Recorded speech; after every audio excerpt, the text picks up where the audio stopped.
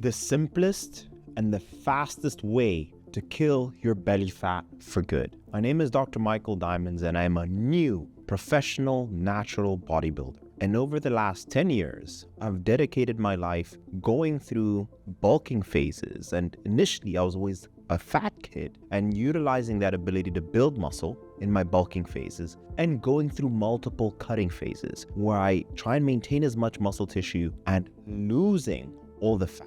And I've repeated this process multiple times using the knowledge as a medical doctor and all the scientific research and literature that I've read over the last 10 years and improved my process. And I've managed to do this as long as 7 months in my first stint to as short as 90 days, and this being manageable. And not only have I been able to do this myself in a simple and quick manner, I've been able to do this with my clients. For example, Jasmine, who only wanted to drop 10 pounds and she hit her mark very easily. She was able to see her abs. Dominic, at 60 years young, that allowed him to release the weight and allowed him to finally maintain this physique that he could have year round. Dwayne, at 80 years young, I remember our first conversation and he said, "Mike, you're my last hope."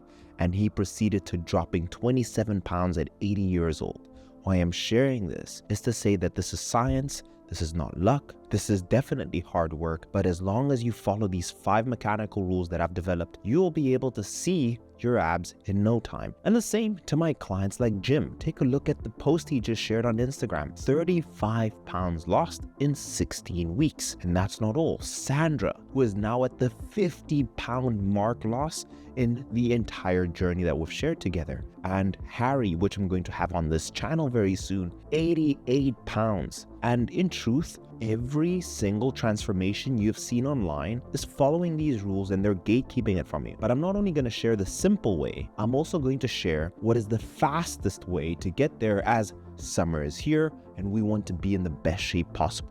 So I highly recommend for all of those people who watch till the very end, your chances of success is only determined by you taking action and implementing everything I mentioned in this video. And for those of you who may know things already, you're gonna find out so many nuggets and facts in this video that'll confirm some of the things about your body that may just change the trajectory of your transformation. Let's not waste any time. Let's get into rule number 1 of the mechanical rules. Did you know that your stomach, it's an organ, and an empty stomach is about 1.7 to 2.5 fluid ounces in volume when it's empty. However, when you fill that stomach up, it goes to as much as 34 to 51 fluid ounces. And the way you should see your stomach is a balloon.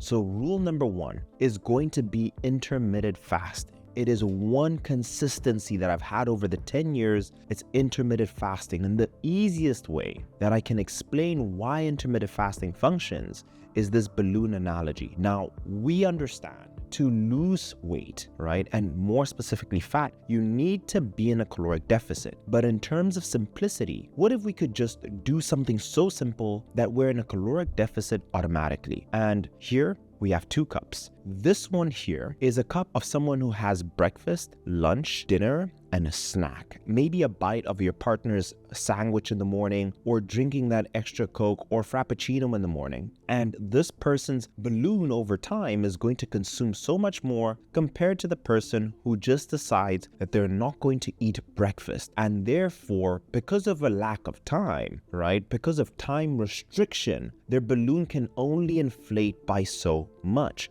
And that's why intermittent fasting works. So simply because of time, you limit the amount of volume that you can consume in a day. And now I'm going to explain to you what is the simplest way to follow it, and then also what is the fastest way. So whenever I start a diet, we simply start on a 12 hours fasting and a 12-hour eating window. So for example, if your final meal is at 8 p.m., then you should have your first meal at 8 a.m., 12 hours later, right? But as we know, as you start losing weight, you need to consistently establish a deeper caloric deficit so you don't hit any more plateaus, and that you're losing weight consistently, and that you're taking into account a thing called metabolic adaptation. In simple terms, your body will get used to the things that you're doing to it.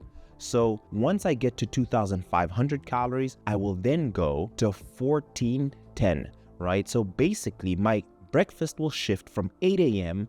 to 10 a.m. And these extra 2 hours of fasting will help in terms of consuming less food. But once I get within that 2,000 to 2,300 calorie zone, I'll increase my fasting window to the classic 16-8. Here, I basically just skip breakfast. And because I'm skipping this meal in its entirety, it helps me tremendously with managing how many calories I eat. In simple terms, I've noticed that if I have my first meal early in the morning, the likelihood that I eat so much more is so much higher. And as time progresses, for me to establish an even deeper deficit, and you wonder, how do guys not deal with any hunger when they're cutting their calories so low? And the answer to that is intermittent fasting. Then the next question is, okay, Dr. Mike, what is the fastest way to be able to kill your body fat with intermittent fasting? So at the start of the diet, it's a 12-12. Then I'll progress to a 14-10. And then I'll get to the classic 16-8. And I'll usually be in that 20% body fat zone. But once I want to get to 10% and further, I will go to 18-6. And when I am getting into the single digits, I'll go as far as getting into the 24. And the more I fast, the more weight I will lose as a consequence of just consuming less calories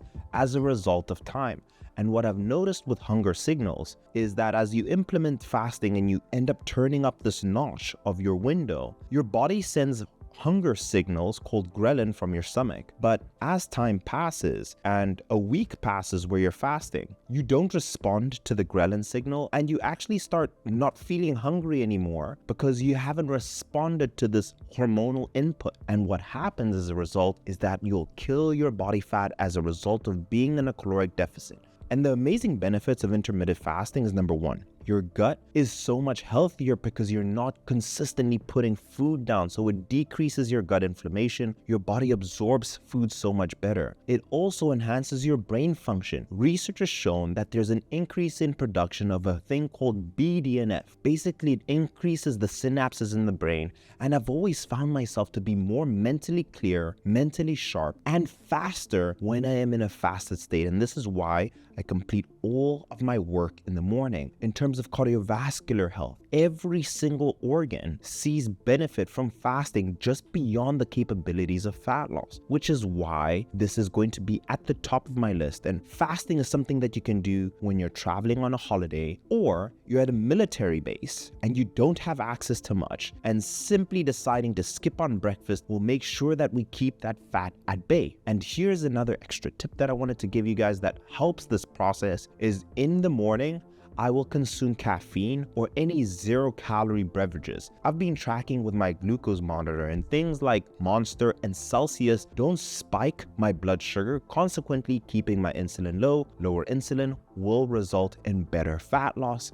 So that is also something. But the caveat is, what I've noticed personally is that sugary taste does actually spike my appetite. So I've always seen better results just drinking caffeine. And from coaching so many professionals in my career, I have noticed that the more caffeine you're consuming, the leaner people tend to get. This is because caffeine is an appetite suppressant. It can boost your metabolism, and there has been research that shows caffeine has a lipolytic effect. So I recommend a cup of coffee followed by sparkling water that you can drink in the morning to be able to assist you with your fasting. And that is going to be rule number one of being able to kill your belly fat, the simplest, and now you know what is the fastest way. And my recommendation, guys, for all of you there, don't just go to 20 hours and then eat in a 4-hour window period. I highly recommend you take it in a stepwise fashion so that you don't deal with the severe effects of hunger and all the other things that come with cutting your calories too drastically. Maybe change every 2 weeks if you're in a hurry, but I recommend do this in a month-to-month basis. First month, go 12-12. In second month, go 14-10. In your third month, 16-8. In your fourth month, go 24 when you really want to turn it up. That is my recommendation. Mechanical rule number 2 is going to be with each and every single meal, eat 50 grams of protein. Now, the rule you've always heard is eating 1 gram of protein per pound of body weight. Now, there is no downside to eating 1 gram of protein per pound of body weight. Even if some people say it's too much, there's actually more benefit. The only downside to eating more protein is if you have a kidney condition or a liver condition. If then, consult your medical physician to be able to assist you accordingly. But there's no downside on only benefits to eating 1 gram of protein per pound of body weight. And mechanical rule number 2 is going to be 50 grams of protein, and I'll tell you why. If you're 200 pounds and each and every single meal you eat, there's 50 grams of protein, you will notice that you're going to feel so much fuller for longer. And this is why the medication Ozempic has blown up so much, is because it stops you from eating in short. But protein has the similar natural effects that Ozempic does have in terms of its ability to stimulate appetite suppressing hormones. I want you to remember this mnemonic, and this will help you forever in making sure you hit your protein intake. 2 scoops of whey protein is equivalent to 50 grams of protein. 6 ounces of cooked chicken breast will give you 50 grams of protein. 8 ounces of steak, ideally a lean steak, will give you 50 grams of protein, and 10 ounces of a fish will give you 50 grams of protein. So now that we have the intermittent fasting, you can now know, okay, I'm going to eat protein in each and every single meal. And if you have 4, you can have oats with 2 scoops of protein. For lunch, you can decide to have chicken breast, maybe with a burger. For dinner, you can have steak with veggies. And as a snack, you may go to bed and decide, you know what, I'm going to have a can of tuna, or I'm just going to drink another shake. But now you have no excuses in terms of hitting your protein intake. And why this is rule number 2 is for a number of reasons. Number 1, out of all the macros you'll eat, protein has the highest satiety effect. It will make you feel the fullest for longer. That's why you've never heard someone say, hey, I got fat off eating chicken breast and steak. So protein will help you in terms of satiety. Protein will also boost your metabolism comparatively to the carbs and fats, which is a sexy way of saying your body burns the most amount of calories digesting protein compared to carbs and fats. So this way, you know, okay, I'm also boosting my metabolism. And then finally, the most important one, breaking down protein will give you the building blocks necessary to build muscle. The way I like looking at it, it's the cement to your muscle, and it allows you to consistently add layers over time. And this way, you can reduce the risk of losing muscle while you're losing fat. The next thing, and if you ask me, Dr. Mike, what is the fastest way that I can lose weight?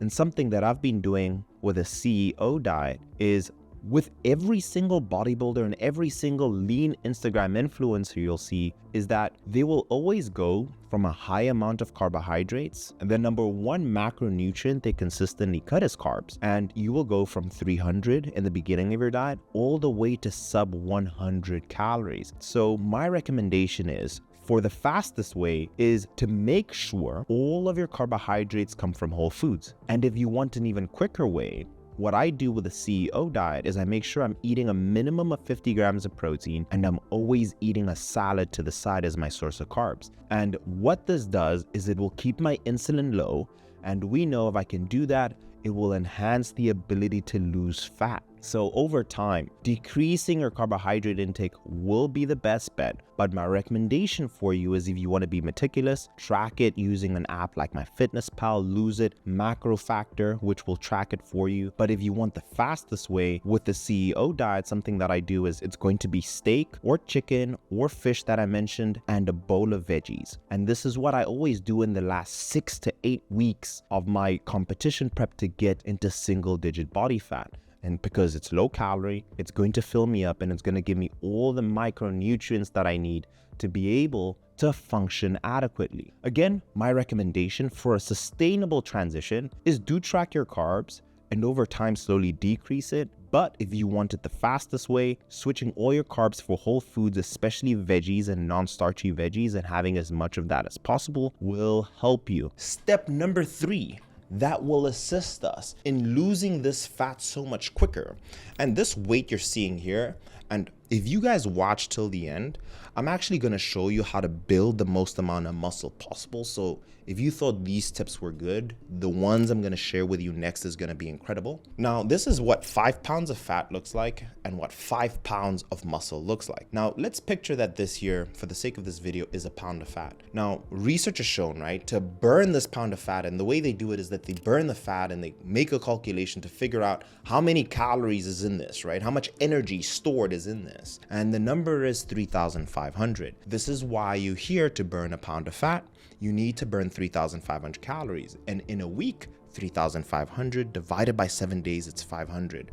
But did you know for the average male and female, you burn roughly between 400 to 500 calories daily if you walk 10,000 steps. So this is my mechanical rule number 3, and it's the simplest exercise anybody can do because we can all walk and there's simply no excuse. Just make a plan to wake up earlier to go and walk. And the simplest way to make sure that you're burning that 500 calories a day, which will give you an extra pound a week, is by walking.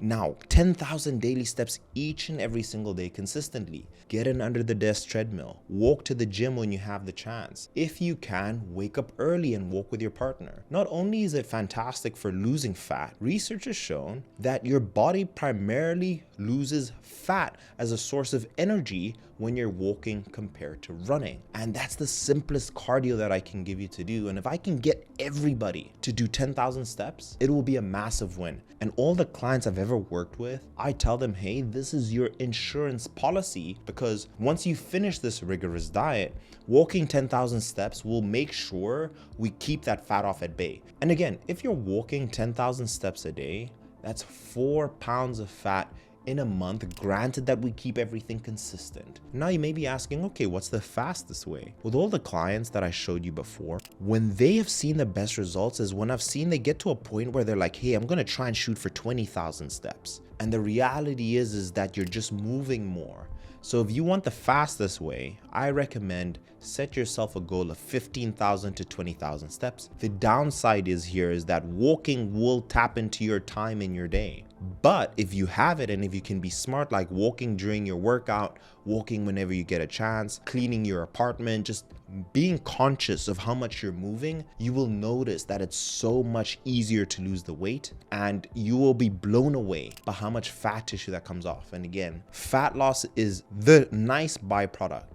But when you walk, it's better for blood flow to your brain. You have more ideas, better mental clarity. Walking is a task that you can do with a partner, so it's an amazing chance to socialize and catch up and get rid of the phones. It's also great for your mental and cardiovascular health. So walking a minimum of 10,000 steps, but if you want to go fast, going 15,000 and above is the recommendation that I'll make. And again, the only downside is that maybe it will take up a little bit more time, but if you just become smart and move around when you can and not be lazy, it will be an amazing transformation for you. Tip number 4 is going to be on the aspect of maintaining muscle tissue. The caloric deficit will make sure that you lose weight. Resistance training will make sure that we build, if not at the very least fight, for the muscle tissue that we have. And with the thousands of clients I've coached, as long as you can train a minimum of 3 times a week and a maximum of 6 times a week, you're good to go.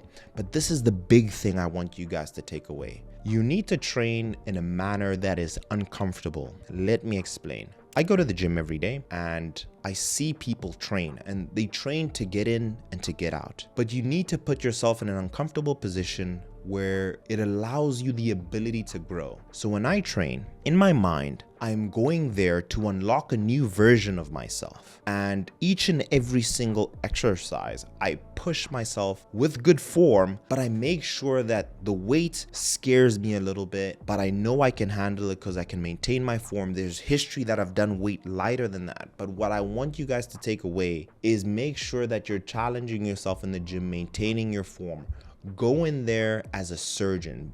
Be precise with your technique, but challenge yourself and push your limits. And for most of you guys, you can get away with just doing a normal training session in your first, second year of just training. But when you get to year 3, 4 and above, it will cost you so much more to unlock that extra muscle tissue. And what I've noticed with a lot of my clients is that because they build so much more muscle tissue, it behaves as this extra insurance policy. It's like the S&P 500. It's always going to give you a greater return over a 10-year span of having this muscle tissue. And the benefit is that muscle will burn more calories at rest compared to fat. Research has shown that 1 pound of muscle will burn about 6 calories at rest compared to the fat that only burns 2 calories. So if you can add an extra pound, let's say 1 pound a month, that will help you burn so many more calories in the long term, which will consequently boost your metabolism. And again, we don't just want to lose weight, because what happens with a lot of the individuals who like take Ozempic, for example, who don't eat, they lose fat, but along with that, they lose a lot of muscle. And you won't believe how many clients have said, hey, Mike, I took Manjaro or Ozempic. I did a DEXA scan before. I lost fat, but I lost equal amounts of muscle. And now they look skinny fat. We don't want that. You want your muscle tissue to be able to punch through your skin so you can have your 6-pack in its glory. So strong, consistent resistance training is the best. And you know what? Because you've stuck this far, on the screen right now, I'm showing you a 3-day split, a 4-day split, a 5-day split, and that's just to reward you guys for those who are watching here, because that tells me that you guys are very, very dedicated. Now, let's go into the 5th and the final one, and in my personal opinion, it is the most important. Now, the way I've always looked at this particular aspect is the foundation of life. You spend 26 years of your lifetime, nearly a third of your life doing this, and it's sleep. And there's 2 analogies that I love, and that your body's a Ferrari, and this, or let's call it a Lamborghini. And the Lamborghini is well designed and crafted intelligently, right?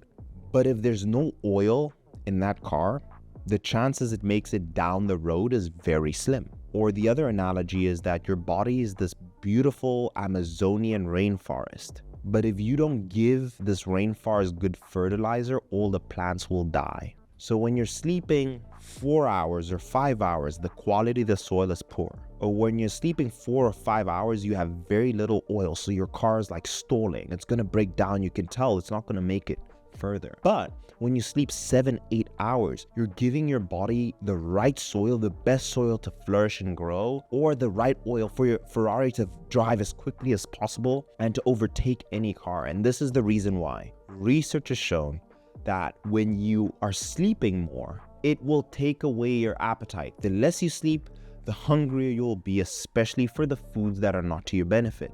It's the donuts, the highly palatable foods. It's because you feel so tired and down, you have a low level of serotonin, your body wants to feel better. And usually going for the comfort foods is what will make you feel better. So I noticed that the more I sleep, the less appetite I have, which makes this whole dieting process so much easier. And I'll never forget why it was so hard for me to lose weight in my first year of med school. The first time that it took me 7 months is because I really wanted to do well in medical school. I was sleeping, let's say 5 hours at best. I was on the treadmill 2 hours, I was training for 2 hours. People would be like, dude, you're working so hard. And I got decent results, but it came at such a big sacrifice. And then I ended up gaining the weight back because it wasn't sustainable. But when I slept 8 hours, it was so easy to follow. My weight was flying off of my frame. I noticed that I was able to build and maintain more muscle as a result. And research shows this. When you sleep less, there's less testosterone. When you sleep more, you have more testosterone, the main muscle building hormone.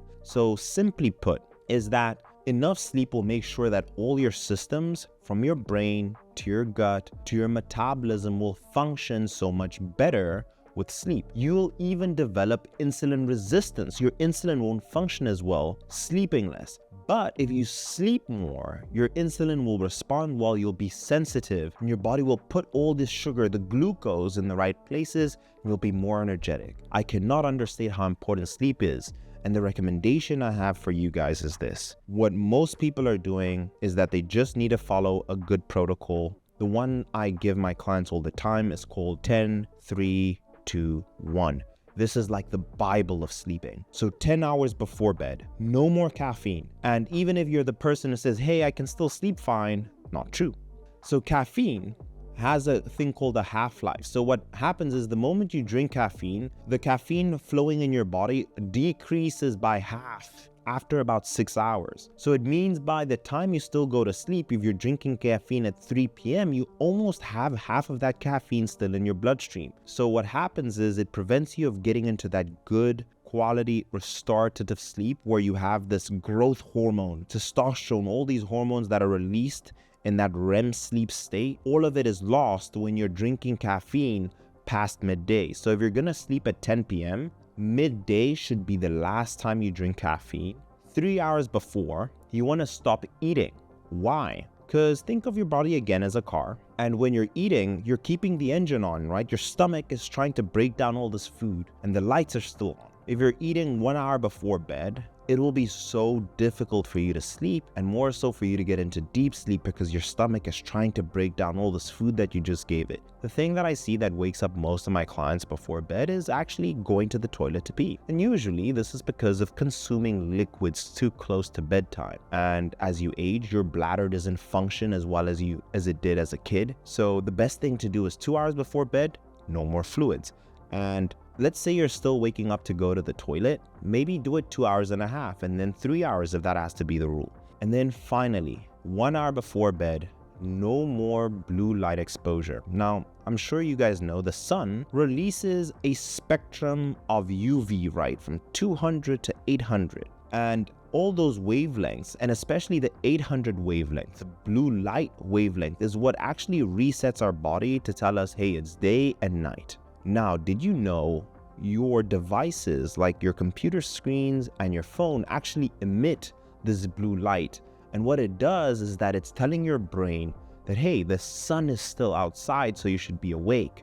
And that's why you may be struggling to go to bed. Set yourself the rule of getting rid of your suns, your laptop, TV screens. And another thing you can do if you want to look like the Terminator, you can just get blue light blocking glasses. It'll just make everything orange. It'll prevent the entry of this blue light and you can still use your devices. You can also turn on night mode. If you just search on your iPhone in settings, night mode, you can turn it on and you can see that it will actually become red for you so that it doesn't emit blue light and provide you better sleep. But what I've noticed with a lot of my clients, and they notice this themselves, on the days they slept the most, they always saw the greatest amount of fat loss. It's always my job when someone does my coaching to sell them really hard on sleeping well. And when they see the weight loss come off, it's kind of like when you see your progress in the gym, they get very addicted to that. And immediately I get them to sleep so much more. And that's my goal. So sleeping is paramount. And for anybody out there, if you're in terrible shape, your life is in shambles and you're overweight, just forget everything else. Just focus on sleeping. I promise you, you will make better decisions and the weight will come off. And I do this with clients who've paid me a lot of money. And I said, hey, we're just going to focus on sleep, okay? Don't add any more pressure to your life. And they're so thankful for it. But I'll leave the video here. That is the simplest and the fastest way to be able to kill your body fat. So this thing that's around your belly, this visceral fat, the subcutaneous fat that's unnecessary and just poor mistakes that you've made, we can get rid of it. But I'll leave the video here. Share your story in the comments down below. Is there anything you feel like I missed, or have these tips worked for you? And in my personal opinion, if you want to help someone, sharing your story after someone watches a video like this can be very motivating. So comment in the comment section down below your experience. Maybe you've been watching my channel and you've implemented a few. I would love to hear it. If you guys did like this video, if you want to send it to friends, share and leave it with a like. I'll see you guys in the next one. I'm rooting for you, okay? Cheers.